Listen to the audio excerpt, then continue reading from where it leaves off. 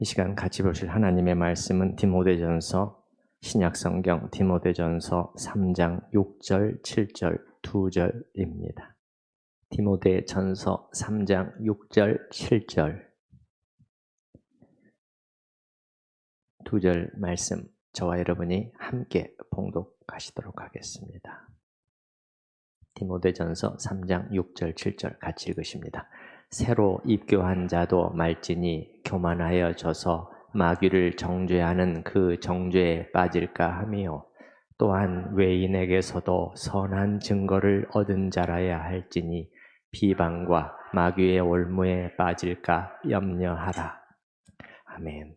장로의 직분과 자격을 주제로 한 설교를 오늘로 마무리하고자 합니다. 우리가 디모데전서 3장 본문을 자세히 살피고 있는데 장로의 자격에 대해서 다루고 있는 이 본문, 그러나 동시에 아셔야 될 것은 성경에서 이곳에서만 장로의 자격, 자질을 다루고 있지는 않다는 것입니다. 예를 들어서 우리가 3주 전에 맨 처음에 봤던 사도행전 20장 본문에서도 중요한 장로의 직분들이 조금 일부 언급이 되었었죠.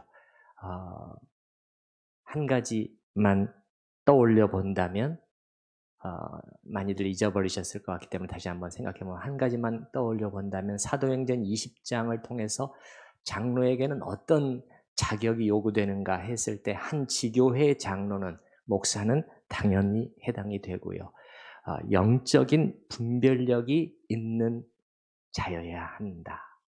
그것을 여러분이 기억하시나요? 사도행전에는 어떻게 표현이 되어 있었죠? 바울은 이렇게 표현했습니다. 내가 떠난 후에 사나운 이리가 여러분 가운데 들어와서 양떼를 아끼지 아니하게 될 것입니다. 그러므로 여러분 장로들은 일깨어, 그렇게 말했죠. 일깨어. 일깨어라는 것이 뭐냐면은 영적으로 깨어 있어야 합니다. 분별력을 가지고 깨어 있지 않으면 안 됩니다. 그렇게 해서 이러이러하게 잘 지켜내야 됩니다. 만약에 그렇지 않으면은 주님이 아끼시는 이 교회는 잡아먹히고 말게 될 것입니다. 그렇게 말하고 있죠. 사나운 일이라는 것은 뭐였죠? 사나운 일이는 실제로 무슨 동물이 교회 안에 들어온다, 그것이 아니라 영적인 일이죠. 영적인 일이. 거짓 교사들 말씀드렸습니다. 이걸 비롯해서 교회를 무너뜨리려고 하는 온갖 세력들로 교회는 둘러싸여 있는 것이죠. 그렇기 때문에 한 교회의 장로가 될 수 있으려면, 지도자가 될 수 있으려면 분별력이 필수라는 것입니다. 어떤 분별력이죠? 이러한 온갖 세력들, 거짓 진리와 교리, 세상적인 가치관, 하나님 중심이 아니라 사람 중심의 신학, 수없이 많은 그러한 잘못된 그러한 것들로부터 교회, 그런 것들은 교회를 점점 약하게 하고 혼잡스럽게 만들고 결국은 무너뜨리게 만들게 되는데, 그러한 것들로부터 교회를 순결하게 지켜낼 수 있는 영적인 분별력이 있어야 된다는 것입니다. 여러분, 구약 성경에서는 그래서 이 공동체의 지도자, 오늘날 교회의 지도자를 그래서 뭐라고 부르고 있냐면은 잠을 안 자고 깨어서 성을 지키는 사람으로 비유하고 있잖아요. 그래서 세 글자로 무슨 꾼이라고 하죠? 파수꾼이라고 그래요. 파수꾼. 목자들, 지도자들은 파수꾼이라는 거예요. 파수꾼. 하나님은 교회를 잘 지키도록 지도자들을 말하자면 교회의 파수꾼으로 세우셨다는 것입니다. 그런데 이 일을 잘못하면은 하나님이 얼마나 싫어하시는지 알 수가 있어요. 매우 노하셔요. 그리고 그 표현을 보게 되면 아주 강해요. 제가 이사야서 56장 꾸짖으시는 이 파수꾼의 역할을 못해버린 이스라엘의 지도자 목자들을 향해서 하나님께서 뭐라고 말씀하시냐면은 이스라엘의 파수꾼들은 맹인이요 다 무지하며 벙어리 개들이라, 이렇게 말한다. 맹인이라는 것은 그들이 눈이 멀었다는 것이에요. 눈은 시력은 좋은데 영적인 눈이 멀어 있다는 것입니다. 그래서 봐야 될 것을 보지 못한다. 그렇게 해서 잘못된, 오늘날로 말하면 잘못된 정신과 가르침들이 교회 안에 들어와 막 휘젓고 다니는데도 아무것도 보지를 못하고 할렐루야, 아멘 이렇게 된다는 거예요. 그 다음에는 다 무지하며, 무지하다. 지식이 없다. 어떤 지식이냐? 영적인 분별을 할 수 있는 지식이 결여되어 있다는 것이고요. 그 다음에는 벙어리 개들이라는 거예요. 벙어리 개들이라는 것은 뭡니까? 위험이 임박했을 때 짖어서 모두가 깨어나도록 다 주의를 기울이도록 만들어야 되는데 못 짖고 있다는 것입니다. 못 짖고 있다. 그래서 그 뒤만 조금만 읽어드려 보면 짖지 못하며 다 꿈꾸는 자들이요 누워있는 자들이요 잠자기를 좋아하는 자들이니, 그러면서 맨 뒤에 그들은 몰지각한 목자들이라. 하나님의 마음이 아프신 거죠. 오늘날로 말하면 분별력 없는 교회의 지도자들, 목사와 장로들을 가리킨다고 할 수 있겠습니다. 그래서 우리가 교회의 그 장로의 자격은 디모데 전서에만 유일하게 나와 있는 것은 아니다 하는 것을 상기시켜 드렸고, 오늘 본문을 잠깐 보십시다. 자, 6절 말씀. 오늘은 두 가지죠.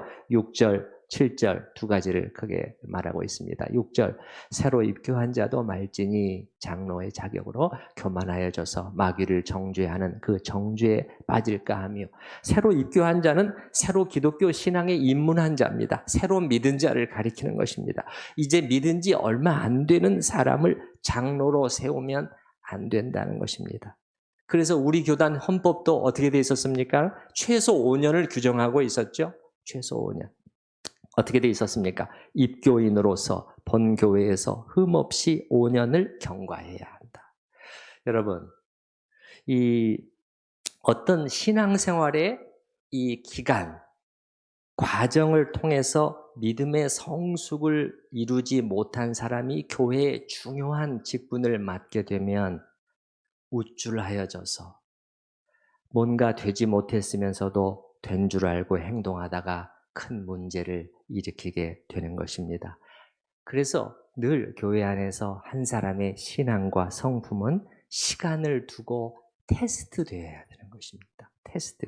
성경에도 보면은 바울이 어떤 사람들에게 중요한 일을 맡기기 전에, 예를 들면은 거액의 헌금을 전달하는 그 일을 맡기기 전에 그거는 몇 달에 걸쳐서 큰 돈을 직접 가지고 와야 되고 이렇게 되기 때문에 그 사람이 만약에 잘못하면은 교회 전체에 큰 어려움이 생기게 되는 것입니다. 그래서 그 일을 맡기기 전에 테스트해 보는 기간을 거쳤다는 것을 말을 해줘요. 그게 무슨 말이냐면 여러 경우들을 통해서 사도 바울은 봤다는 것입니다. 이런 경우에는 저 사람이 어떻게 행동하지? 정말 깨끗함과 순결함과 헌신과 그렇게 행동하는가 하는 것을 봤다는 거예요. 진짠가? 그렇게 지켜본 다음에 일을 맡겼다는 것이에요. 여러분, 그 밑에 오늘 본문에 보면은 집사에 대해서도 나오잖아요. 근데 집사들도 테스트를 했어요. 10절 보시기 바랍니다. 10절 말씀 밑에 10절에 보면 이에 이 사람들을 먼저 뭐 해보고? 시험하여 보고. 이 말은 테스트하여 보고 그 후에 책망할 것이 없으면 집사의 직분을 맡게 할 것이요. 자, 여러분, 그래서 6절로 다시 돌아가 보십시다. 그래서 이렇게 새로 입교한 자도 말지니, 이렇게 이런 사람들을 세우게 되면은 어떤 일이 생긴다고 그렇게 돼 있죠? 교만하여져서 마귀를 정죄하는 그 정죄에 빠지게 된다는 거예요. 이게 무슨 뜻인가? 먼저 말씀드리는 것은 이 번역이 좀 잘못됐다고 봅니다. 예. 이 원어상으로는 어떻게 되냐면 마귀의 정죄에 빠질 것이 이렇게 되어 있어요. 그러면 마귀의 정죄라는 것은 두 가지가 다 해석이 가능합니다. 하나는 여기 본문에 나와 있는 것처럼 마귀를 정죄하고 마귀를 심판하는 거기에 빠진다. 또 하나는 마귀가 받은 정죄, 마귀가 받은 심판에 빠질 수 있다는 것인데, 바른 번역은 두 번째로 보입니다. 두 번째로. 그러니까 이 본문을 정확하게 번역하면 이렇게 되는 거죠. 교만하여져서 마귀가 받는 그 정죄, 그 심판에 빠지게 된다. 이런 뜻이죠. 여러분, 자, 여기서 보게 되면은 앞쪽에서는 교만을 얘기하더니 뒤에서는 마귀가 받은 정죄, 심판을 말하고 있습니다. 두 가지는 무슨 관계가 있을까요? 마귀, 사탄, 우리가 사실 공부했습니다. 오래전이집니다만은 어떻게 해서 그가 타락하게 됐는가를 봤습니다. 그것이 교만과 관계가 있었나요? 교만과 관계가 있었습니다. 기억해 볼 때 그는 능력 있는 천사장이었습니다. 그런데 자신의 능력과 영광 속에 어떻게 되었는가? 교만하여졌습니다. 그가 한 표현을 보면 이사야서 14장에 자꾸 올라가리라, 높아지리라, 저 높은 곳에 지극히 높으신 자와 내가 같은 위치에, 이런 표현들이 나타나고 있단 말이에요. 그 결국 타락하고 심판을 받게 된 것을 알 수가 있는 것이죠. 이사야서 14장, 아침의 아들 계명성이라고 그를 부르면서 한번 참고로 읽어드려 볼게요. 내가 하늘에 올라 하나님의 뭇별 위에 내 자리를 높이리라. 가장 높은 구름에 올라가 지극히 높은 이와 같아지리라 하는도다. 여러분, 이걸 통해서 우리가 배울 수 있는 점이 한 가지가 있습니다. 뭐죠? 마귀가 하는 일은 자기의 코스를 우리도 밟게 만드는 거예요. 첫째는 어떻게 돼서 자기처럼 교만해지도록 유혹하는 것입니다. 그래서 그 결과가 자기처럼 심판, 정죄에 빠지도록 끊임없이 우리를 유혹하고 있는 것은 사실입니다. 사실이에요. 사탄은 특히 교회의 직분자들, 지도자들을 교만하게 만들어서 본인도 망하게 하고 그가 속한 교회도 망하게 합니다. 사탄이 어떤 사람을 교만하게 만드는데 성공했다면 반쯤은 성공이 이미 한 것입니다. 그를 넘어뜨리는데 반쯤은 성공한 거예요. 그래서 성경도 이 교만에 대해서 자주 경계를 시키고 있는데요. 오늘 이 부분을 잠깐 제가 좀 다루고 넘어갈게요. 왜냐하면 이 교만에 대해서 말하면서 장로의 또 직분에 대해서 말하고 교인들에게 또 말하는 우리 모두에게 해당하는 이 교만의 문제에 대해서 사도 베드로가 상당히 우리에게 가르쳐주는 중요한 내용들이 있거든요. 자, 우리 한번 여기를 펴놓고 베드로전서 말씀으로 한번 가보십시다. 신약성경 382페이지 제 성경으로는 베드로전서 5장 1절부터입니다.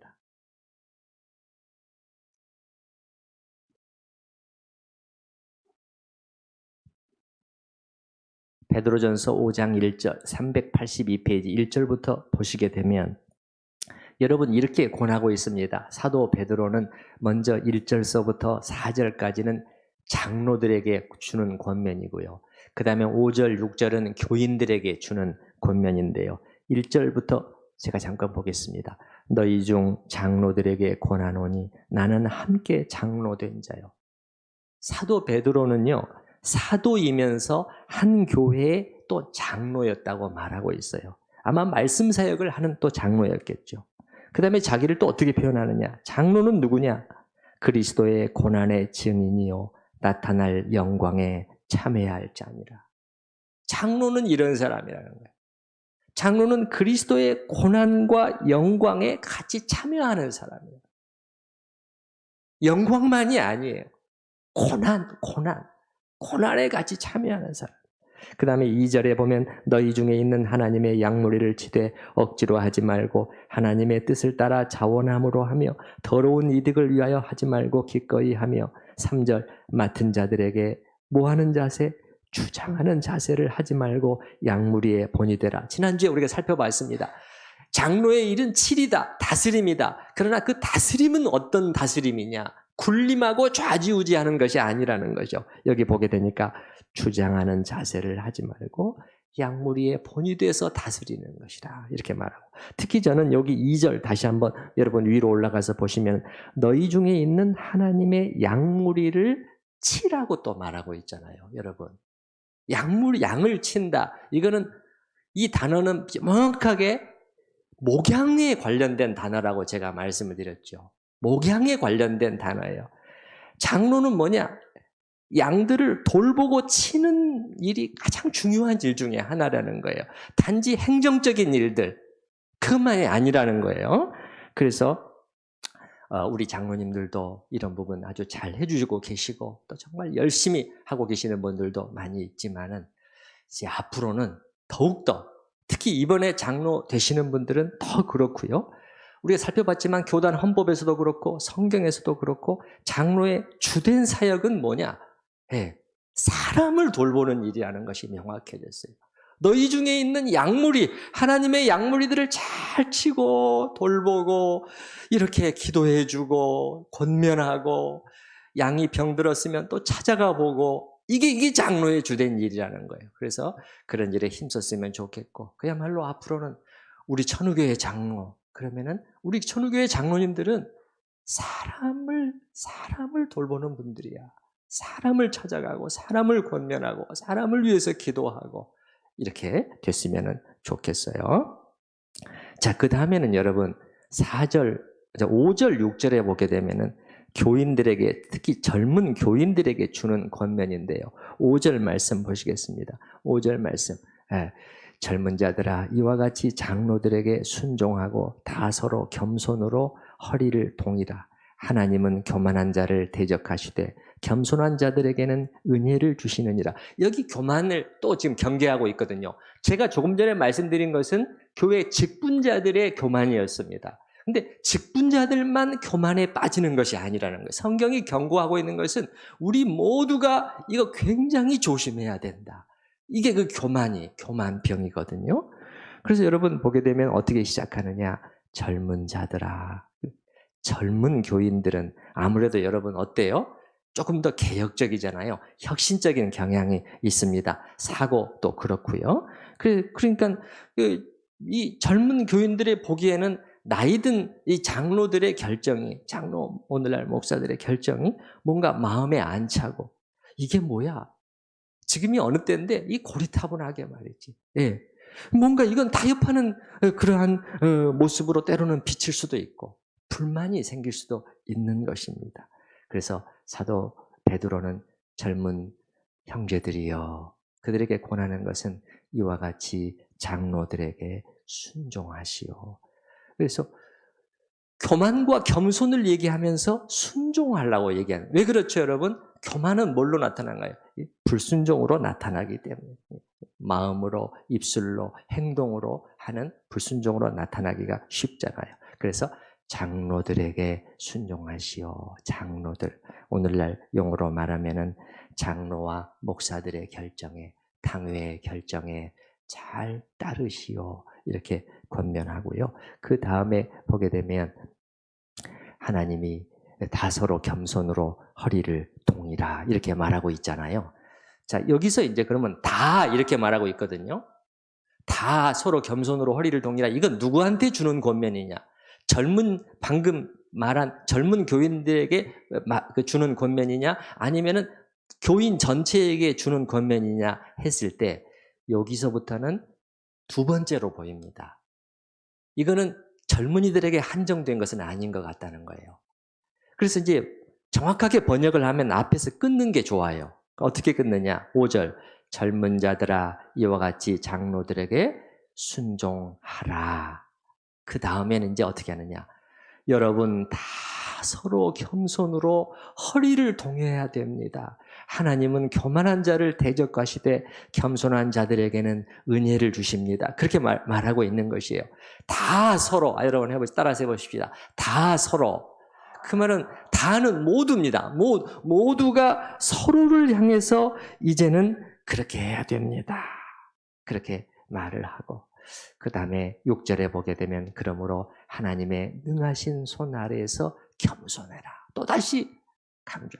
하나님의 그 주권적인 손 아래 겸손함을 여러분이 꼭 배워야 됩니다. 여러분 모두가 때가 되면 너희를 높이실 것입니다. 여러분 다시 한번 이 말씀을 통해서도 교만은 지도자만 빠지는 그러한 함정이 아니고요.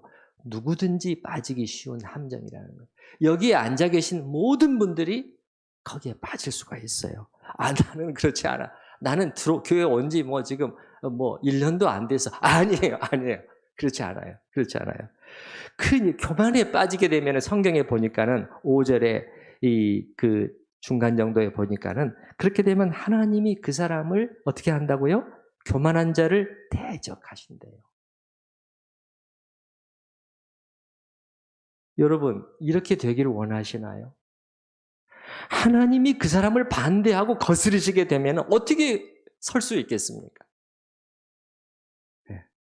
그래서 우리 모두는 교회 안에서 자신도 모르는 사이에 빠질 수 있는 교만, 이것을 늘 주의해야 된다는 거예요.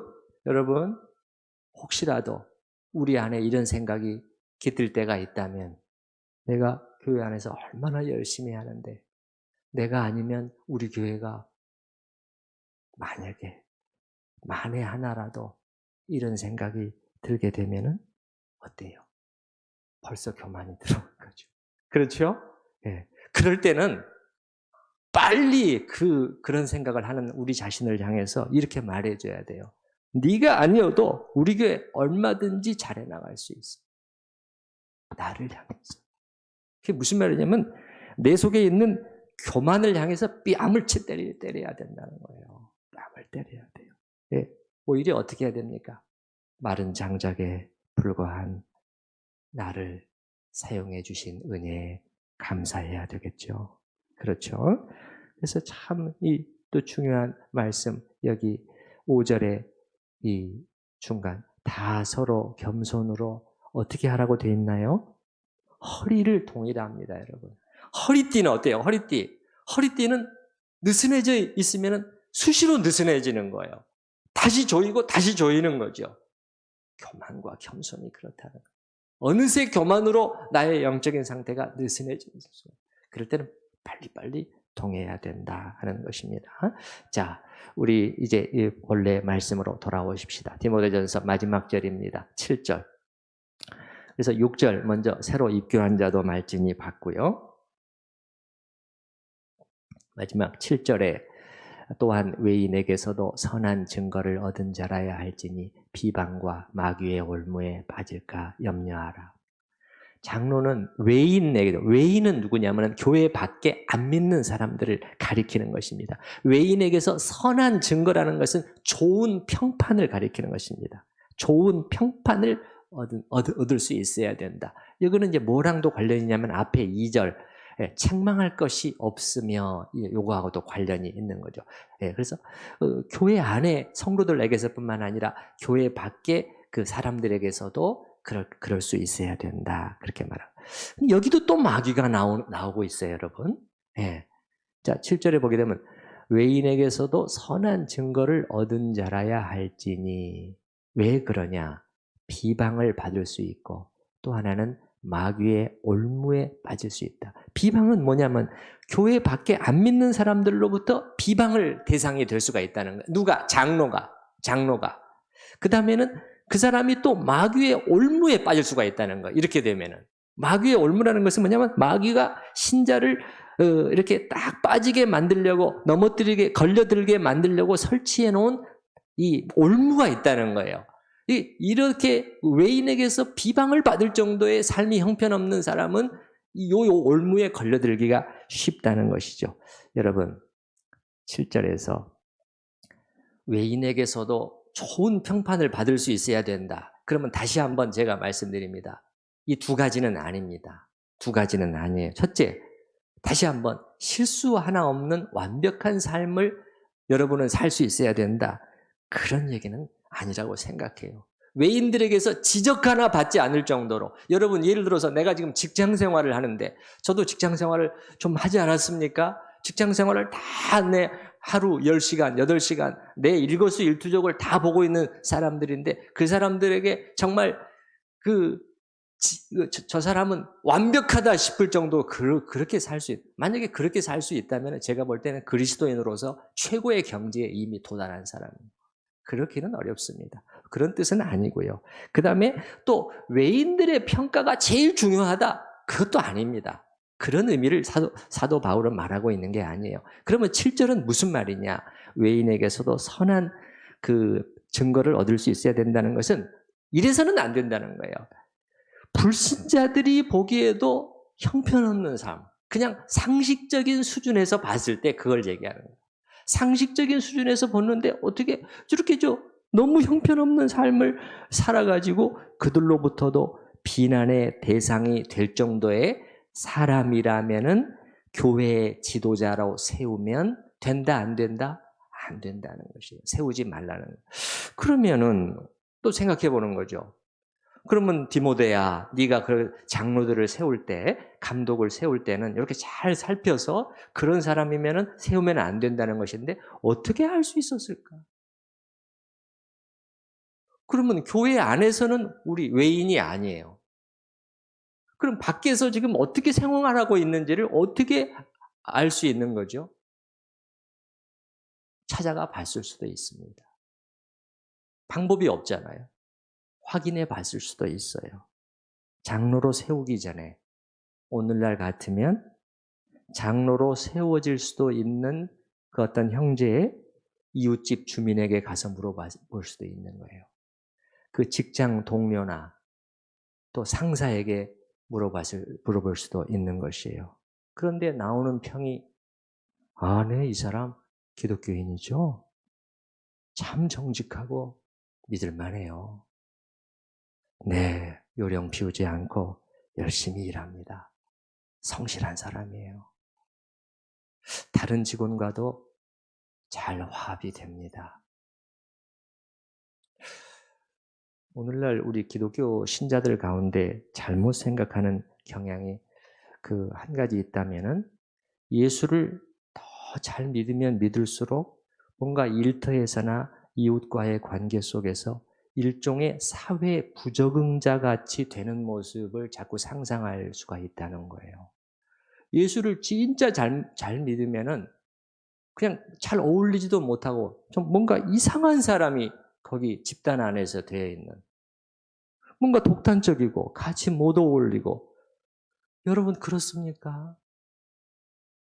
성경도 그렇게 말합니까? 저는 아니라고 생각해요. 아니라고 생각해요. 그리스도인이 지향해야 할 삶의 모습들을 성경이 여기저기서 나열하고 있는데 그 모습을 그대로 직장이나 사회 속에 갖다 놓으면은 절대 사회 부적응자의 모습이 될 수가 없어요. 자, 예를 들어서 제가 야고보서 3장 17절 한 절만 읽어볼게요. 한 절만 읽어볼게요. 오직 위로부터 난 지혜는 첫째 성결하고 다음에 화평하고. 이런 모습을 그 직장 한가운데 갖다 놔보세요. 생업터의 시장 속에서 일하는 물건을 파는 그분의 모습 속에 딱 그대로 씌워보세요.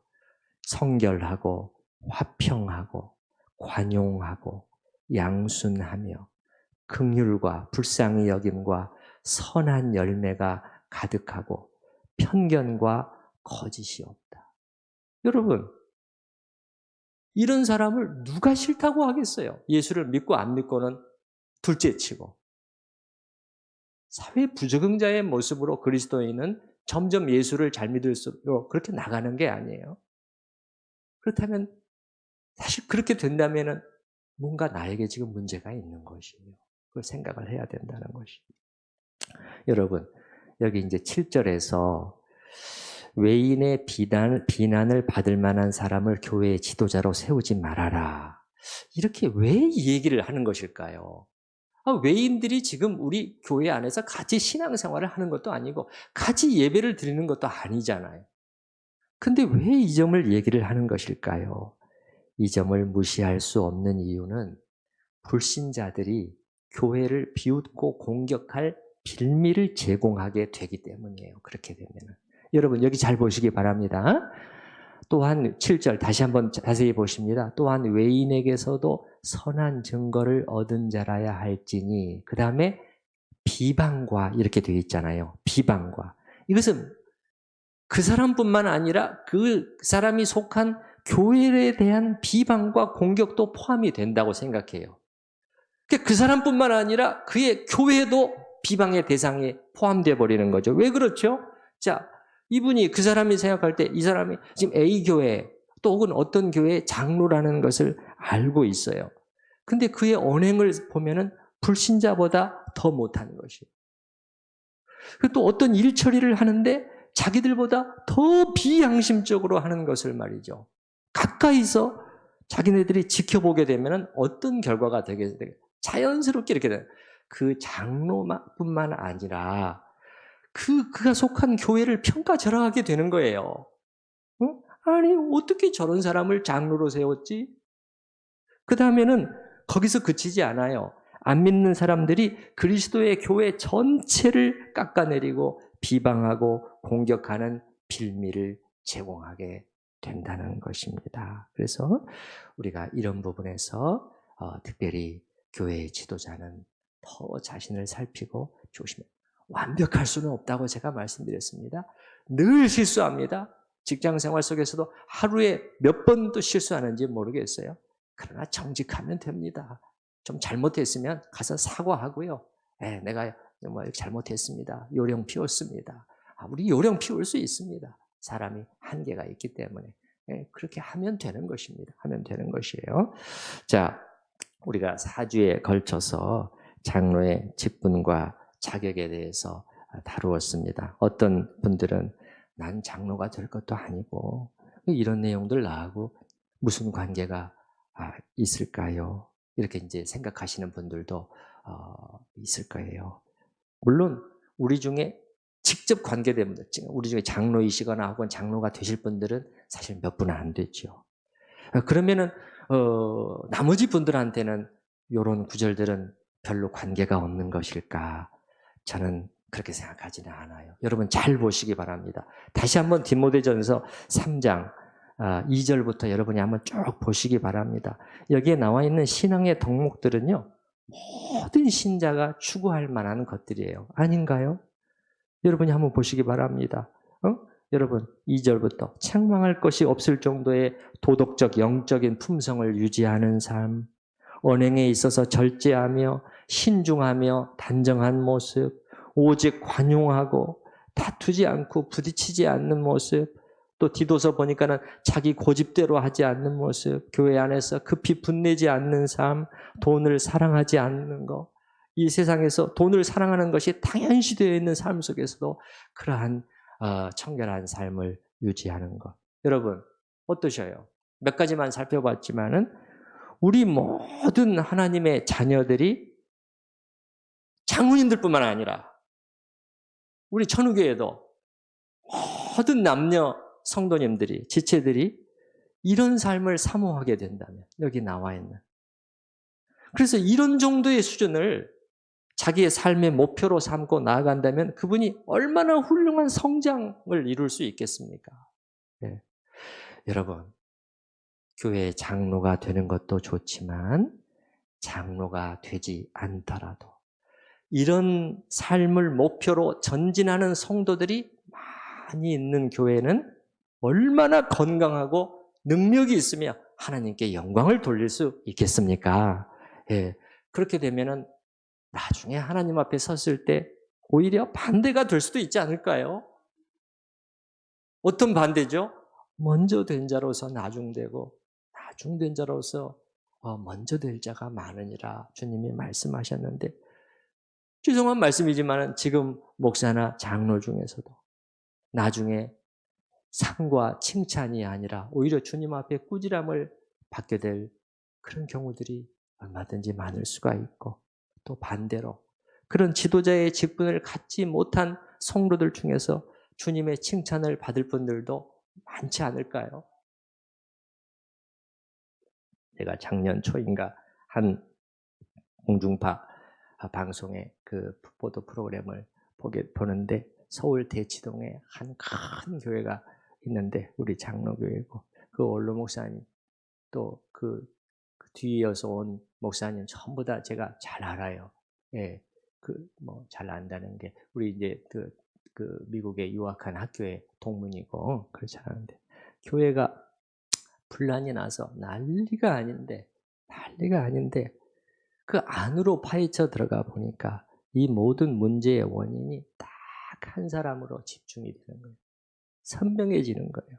그래서 뭐냐? 그 교회에서 수십 년간 재정 장로를 맡으면서 아무의 터치도 받지 않아온 한 장로님.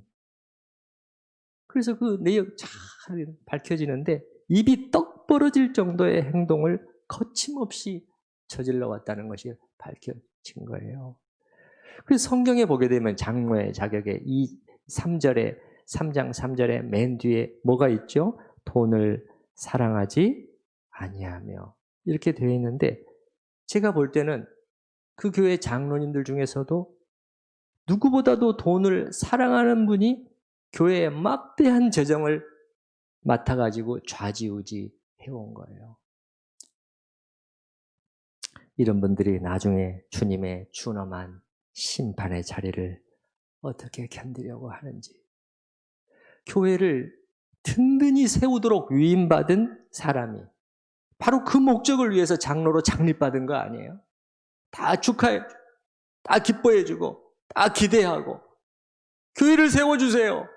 그렇게 했는데 반대가 돼버렸잖아요. 반대로 교회를 완전히 허물어뜨려 버리는 지금까지도 그 교회는 슬픈 역사가 이어지고 있단 말이죠. 이어지고 있다. 그런가 하면 장로가 아니었어도 교회 안에 중요한 직분자가 못 되었어도 여기 디모데전서 3장의 삶을 실천하기 위해서 이게 내 목표다 하고 부지런히 애쓰고 교회를 자기 몸처럼 아끼고 사랑하고 눈물로 교회를 위해서 기도하며 구석구석 필요를 살피면서 필요가 보이면 말하지 않고 가서 또 섬기고 헌신했던 수많은 성도들이 그날에는 드러나게 될 것이고 주님 앞에서 영광으로 빛나게 될 것을 믿습니다. 이제 마무리하면서 어느 목사님이 그 장로 선거할 때 교회 성도들에게 장로의 직분과 자격을 10가지로 아주 잘 요약해진 내용이 있더라고요. 그래서 그것을 읽어드리므로 우리가 그동안 얘기해온 내용을 상기시켜드리고 마치도록 하겠습니다. 첫 번째는 장로의 직무, 장로는 무슨 일을 하는 사람입니다. 5가지죠. 1번, 담임 목사 및 다른 장로들과 잘 협력하여 사역할 수 있는 부분입니다. 둘째, 교인들의 신앙과 행위를 사랑으로 보살피며 영적으로 돌볼 수 있는 영적인 자질과 은사를 가진 분입니다. 셋째, 성도들이 가진 교리적인 오해나 도덕상의 부패를 방지할 수 있는 성경과 신학에 대한 이해와 자질을 갖춘 분입니다. 넷째, 신자들을 신방하고 위로하고 교훈하며 기도하고 보살피는 자질을 가지고 섬기는 분입니다. 다섯째, 교회의 각 기관을 종이 되어 사랑으로 섬길 수 있는 분입니다. 다스림의 성격을 말하는. 그 다음에 장로의 자격 관련해서는 1. 첫째, 인격적인 면, 신중하여 선악을 분별하며 선한 일을 사모하며 다른 사람을 배려할 줄 아는 분입니다. 둘째, 대인관계, 교만, 분쟁, 급한 분노, 폭력 등을 멀리하며 겸손하고 관용하며 친절과 사랑을 베푸는 분입니다. 셋째, 가장으로서 가정을 신앙적으로 잘 다스려 배우자와 자녀들에게 신앙적인 존경을 받는 분입니다. 넷째, 사회적인 면, 덕을 세우는 언행으로 외인에게서 칭찬과 존경을 받으며 술을 즐기지 않는 분입니다. 마지막 5번째, 물질에 대해 돈을 사랑하지 않으며 불이한 재물을 취하지 않으며 다른 사람에게 베풀며 대접하기를 힘쓰는 분입니다. 우리 하나님 앞에서 이제 또 들은 말씀을 생각을 하면서 같이 또 기도하는, 오늘 하나님께서 내게 마음속에서 한 가지라도 말씀하신 부분 또 강하게 붙들고 기도하고 하는 시간 같이 주십시다.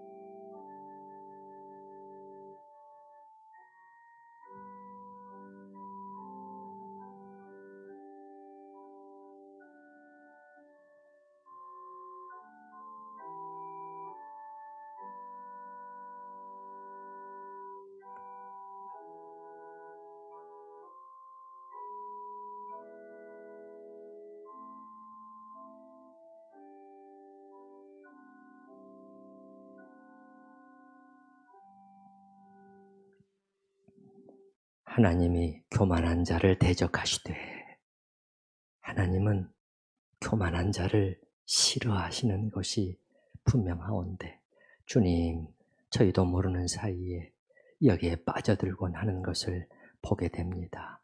주님, 저희를 도와주시옵소서. 주님, 우리 안을 살펴봤을 때 또다시 그러한 교만한 상태, 나의 잘남으로 높아짐으로 앉아있는 상태가 있다면 정말 우리의 교만을 뺨을 때릴 수 있을 정도로 주님 경계하고 주의하는 저희가 되게 하여 주시옵소서.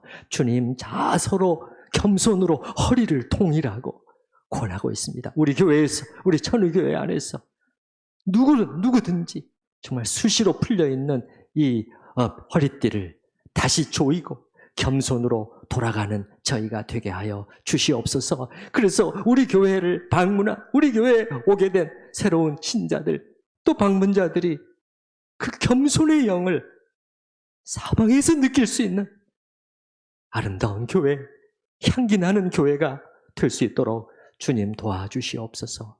아버지 하나님, 교회 지도자들은 외인에게서도 좋은 평판을 얻을 수 있어야 함을 말씀하셨사온데 지금 하나님의 교회 안에서 정반대의 일이 일어나고 있고 이로 인해서 참으로 교회의 그 얼굴이 땅바닥에 떨어진 그러한 안타까운 일들이 있습니다. 아버지 하나님, 우리 교회도 그렇고 이 땅의 또 모든 교회들도 그렇고 정말 주님의 말씀을 따라서 가장 기본적인 것으로, 본질적인 것으로 돌아갈 수 있도록 주님 함께하여 주시옵소서. 아버지 하나님, 그동안에 장로가 지녀야 할 덕목들에 대해서 잘 4주 동안 살필 수 있게 하신 것을 감사합니다. 우리 장로 되실 분들 특별히 주님께서 이 하나하나의 덕목을 정말 마음으로 진실한 자세로 정말 되씹을 수 있도록 주님 함께하여 주시고 은혜를 베풀어 주시고 또한 우리 모두가 하나님 앞에서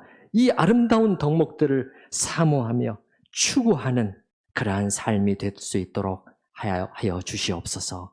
감사하옵고 예수님의 이름으로 기도드립니다. 아멘. 우리 찬송가 463장인데요. 잠깐 펴보시겠습니다. 463장. 신자 되기 원합니다. 이렇게 하실 때 우리 1절, 2절, 3절, 4절 있는데 3절의 가사를 거룩하기 원합니다. 이걸 오늘 우리의 그 말씀을 적용해서 겸손으로 바꿔서 한번 불러보도록 하겠습니다. 겸손하기 원합니다. 3절만 같이 부르시겠습니다.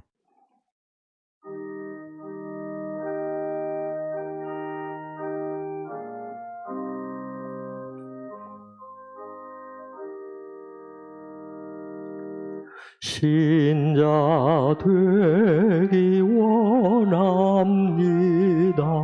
진심으로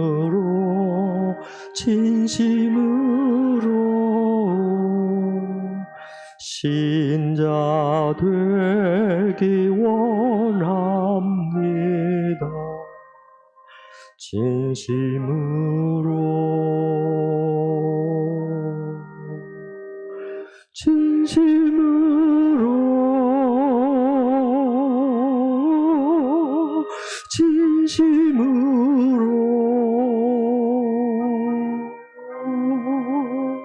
신자 되기 원합니다.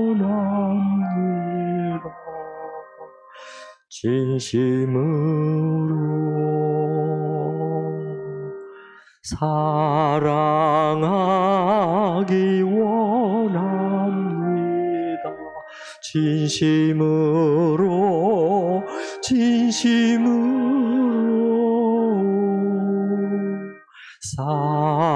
사랑하기 원합니다. 진심으로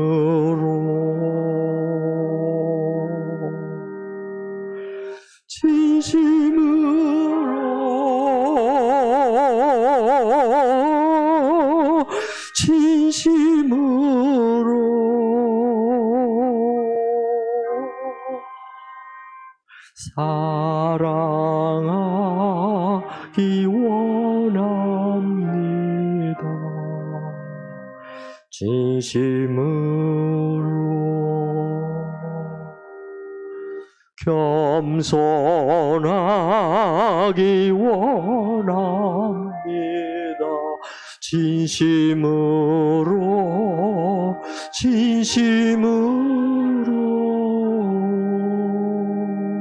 겸손하기 원합니다.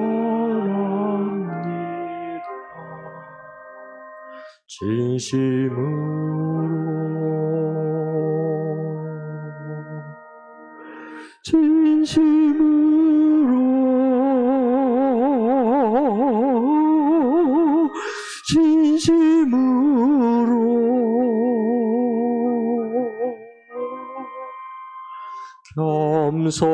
겸손하기 원합니다.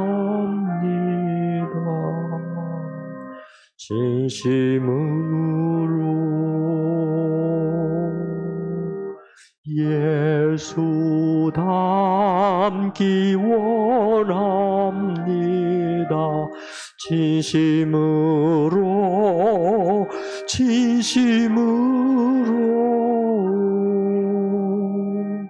예수 닮기 원합니다.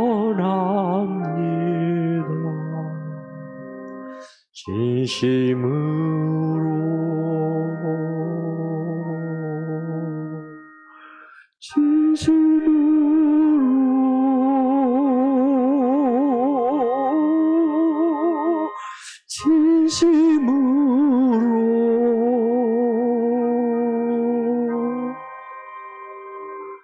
예수 닮기 원합니다. 진심으로